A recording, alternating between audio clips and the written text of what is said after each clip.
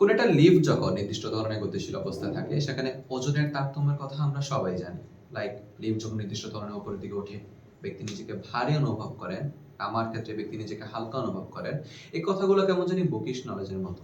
আজকে আমরা বাস্তবে সেই জিনিসটা পরীক্ষা করে দেখতে চাচ্ছি যে আদৌ লিফটের মধ্যে ওজনের তারতম্য ঘটে কিনা। চলো দেখা যাক। স্থির কিংবা সমবায়ী গতিশীল কাঠামোতে নিউটনের সূত্র ঠিকঠাকভাবে কার্যকর অবস্থায় থাকে, যার উত্তম একটা অ্যাপ্লিকেশন হচ্ছে হোয়াইট মেশিন। হোয়াইট মেশিন ব্যবহার করে স্থির অবস্থায় কিংবা সমবেগে আমরা প্রকৃত ওজন বের করতে পারি। বাট কোন একটা কাঠামো যখন নির্দিষ্ট ধরনের গতিশীল অবস্থায় থাকে সেখানে নিউটনের সূত্র কার্যকর থাকে না। সেখানে নিউটনের সূত্রকে ঠিকমতো কার্যকর করার জন্য আমাদেরকে অপকৃত বলের সাহায্য নিতে হয়। যে অপকৃত বলের সাহায্যের কারণে কোন একজন ব্যক্তি যখন লিফটে উপরের দিকে ওঠেন তিনি নিজেকে মূলত ভারী অনুভব করেন এবং নিচে নামার ক্ষেত্রে ব্যক্তি নিজেকে মূলত হালকা অনুভব করেন।